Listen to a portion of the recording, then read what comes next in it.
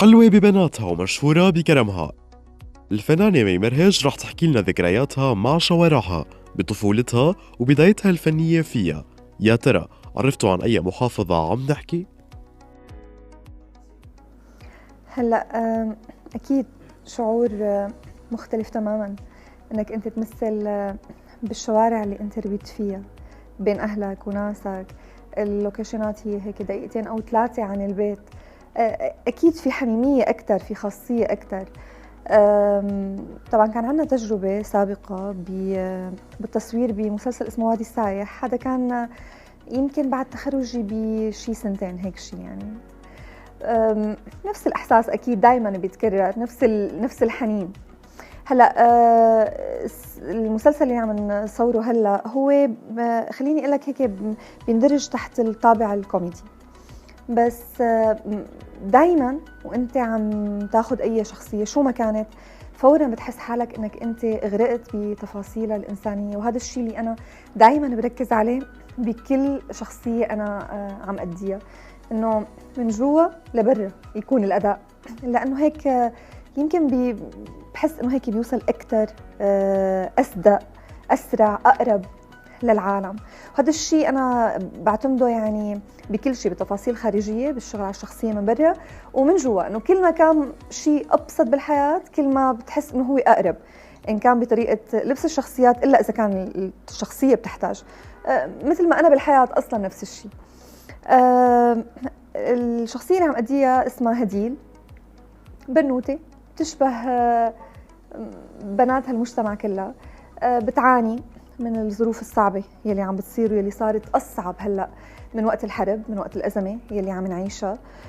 بدها تساعد أهلها، أما مريضة، بدها يعني تحاول تشتغل بحيث أنه تسكر كل هي الاحتياجات بالبيت، هي المسؤولة لعدم وجود الأب. مخطوبة لشخص فيني أقول بيحمل جانبين، طبعا هو ما بيبين بالعمل، إنما جانب هو الحالة المادية لما بنقول نحن ما بالإيد حيلة، وبنفس الوقت هو شخص غير مسؤول، يعني حتى بالقدر اللي هو بيقدر عليه هو شخص غير مسؤول.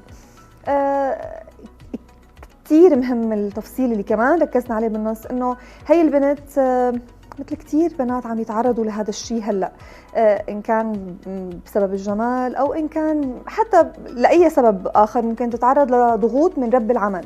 فقديش هي البنت بدها تحاول إنه هي تحفظ كرامتها وتشتغل خلينا نقول بشرف وبضمير وبأخلاق، وبنفس الوقت هي ما تخسر شغلها، لأنه ما بصير تخسر شغلها لأنه في أم مريضة وإلى آخره. هدول كلياتهم طبعا اكيد بعدين بيصير احداث اخرى وبتنفصل عن هذا الشخص وبتعيش قصه حب حقيقيه مع شخص بيشبهها والى اخره. ما بدنا نحكي كثير تفاصيل عن الاحداث اللي بدها تجي مشان خلينا نقول عنصر المفاجاه يعني. هي القصص الانسانيه اللي انا بقول دائما بنركز عليها.